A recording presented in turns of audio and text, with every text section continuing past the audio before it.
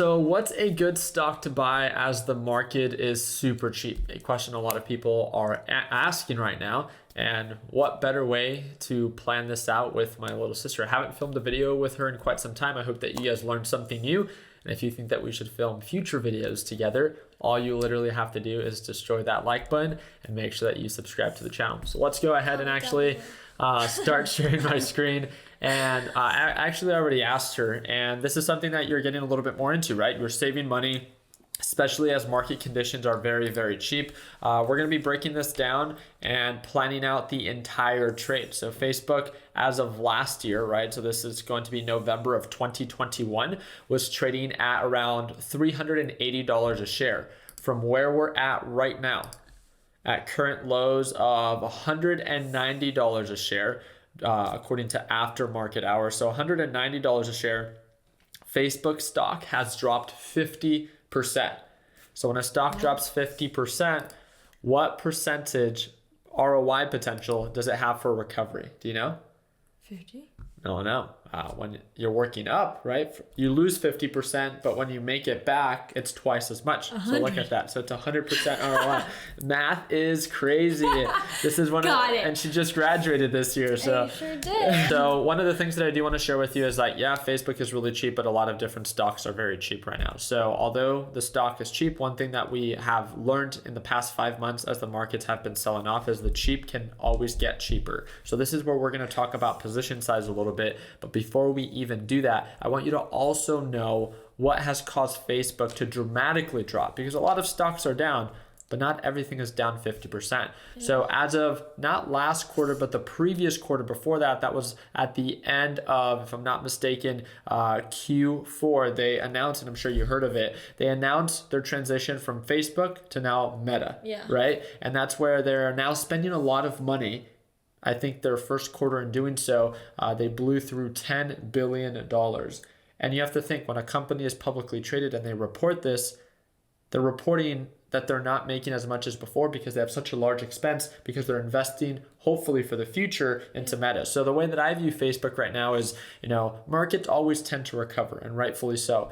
But Facebook has such a focus right now in Meta, or the metaverse, that if it doesn't play out the way that they originally expected, it might actually do them more harm than good. So if you believe in the metaverse, and if you believe that that is where the future is going, then not only can Facebook potentially recover to previous highs, but surpass that, because they've completely pivoted to that. So in that sense, they would be one of the market leaders in metaverse.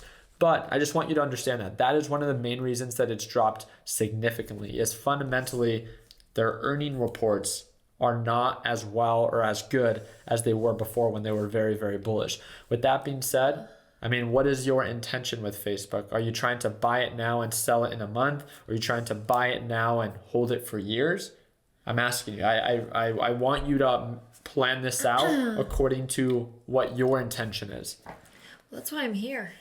Kind of wanted you to give me some pointers, but pretty much also, with my intentions behind Facebook is to buy it right now that I see it's super low, because I do think that a company like Facebook is going to recover. I don't see it going away anytime soon. Okay. So also they own Instagram now? Yeah. Facebook or Meta Platforms is the holding company. It's like the mother company of everything. Yeah. So, especially if it has Instagram still, I see a lot of value in this stock. Yeah. And I'm actually really surprised that it's one of the cheaper stocks. Well, the reason why you have to understand is overall markets have been selling off. So that's not really the concern there.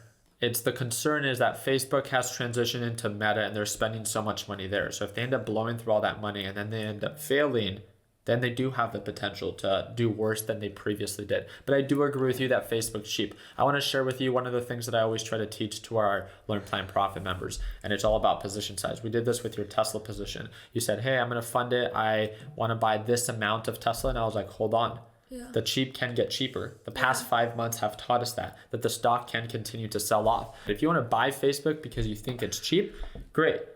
But I want you to plan out your entire trade, meaning that if you have $1,000 that you're going to be working with, Facebook right now is $190 a share. I'm really big on position size. I don't think that you should ever be, especially as a beginner, more than 20% invested in a position while it's still selling off? Let me ask you a very simple question. Is Facebook indicating signs of an uptrend like this, where it's indicating signs of higher highs and higher lows, or is it still selling off? It looks like it's still going up. Yeah. So again, if something is losing money, do you want to pour all your money into it? No. If there's no indication of a support, if there's no indication of a reversal, probably not, right? So this is why we're going to talk about position size. So right now, if you were to go in with $1,000 or your goal is to be fully invested with $1,000, we'd shrink that to 20%. This not only allows you to not lose as much money, but also if you have to cut losses, it's going to be much easier for you to cut losses because you have less money on the line. Therefore, it's less emotion. A very common mistake a lot of people make. I would say, what would you say? If you go in at 190, what would be your desired exit price point? Or what do you want to sell? Do you want to hold it? Again, this is why I asked you, what's your intention? Do you want to hold it for a year? Do you want to hold it for years? I think so, actually. I probably would hold it for years. Because even if you even if you're buying $1,000 worth of it, it's not like you're going to make a life-changing amount of money, right? But again, it's your intention. It's whatever. You can hold it until it recovers, halfway, until it recovers to previous highs. Maybe you make 20% and then you sell, or until it recovers to previous highs. So let's say more moderately that you wait for it to recover to $300 a share. Most of this consolidation before it reported was right around $300 a share. So let's say that your exit that you would aim for is $300. Again, a goal is something to work towards, not something that you have to hit every single time. And when it comes down to cutting losses, right?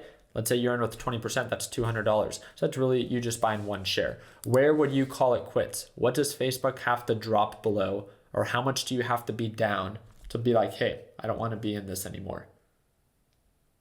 What would you say? If you go in with $190, what would it have to, would you be okay with losing it all?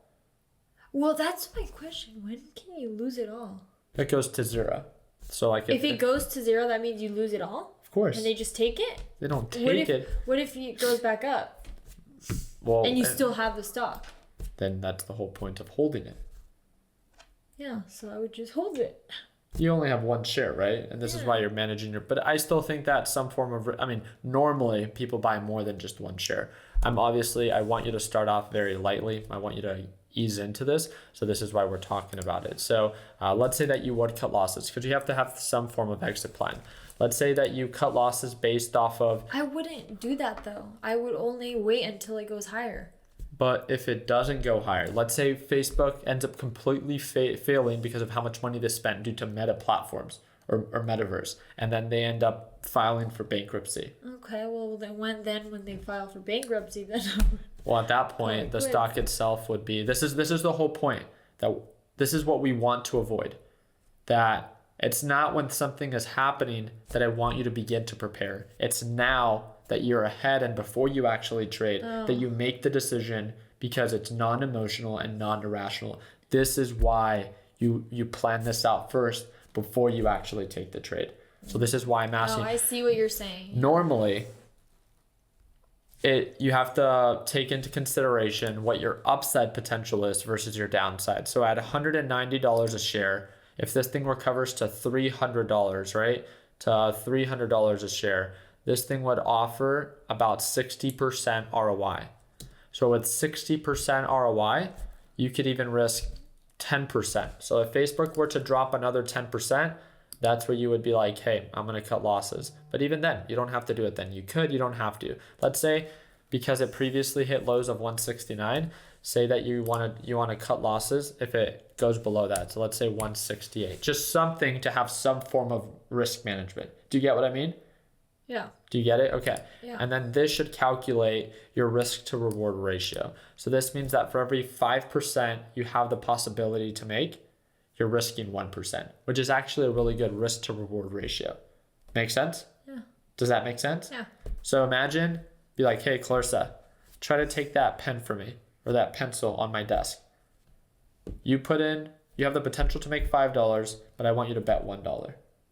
That's the idea. Well, it's like, okay, well, I only need to be right once. I can fail 4 times and be right once.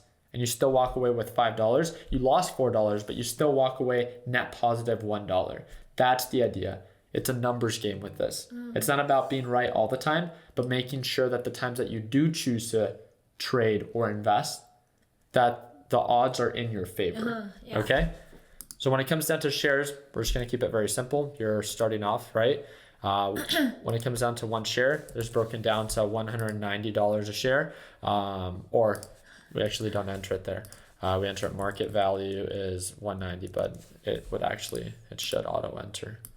So we drag and drop 190 a share, and then we drag and drop, and then the potential profit. So out of $190 of you investing, if things go according to plan and it goes to $300, out of 190, you would be making $110 a share. That's huge.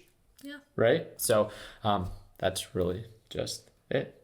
I'll have to follow up with you. Facebook, again, as of right now, the market's still selling off, but I think right now would be a good time for you to be able to open up a Webull account, and then I'll talk to you a little bit more about that later. But again, guys, I hope that you guys enjoyed today's video. If you guys did, make sure, if you guys haven't already, we do have a free Discord group, especially if you're an absolute beginner. That's going to be that first link down below. This trading platform that I'm using right here is our Webull trading platform, and you guys actually can earn 6 free stocks by using the second link in the description just by signing up and depositing $1. And again, it is what's it called, a current sale that Webull has, and you do have to use that link in the description. The last thing is, you heard me talk about them in this video, it's the Learn Plan Profit group. They're the group that gets to watch me trade live every day. If you are an absolute beginner and you feel like you would learn better in a structured format, where you would get lifetime access to the A to Z video lesson library, you get lifetime access to my daily live trading sessions,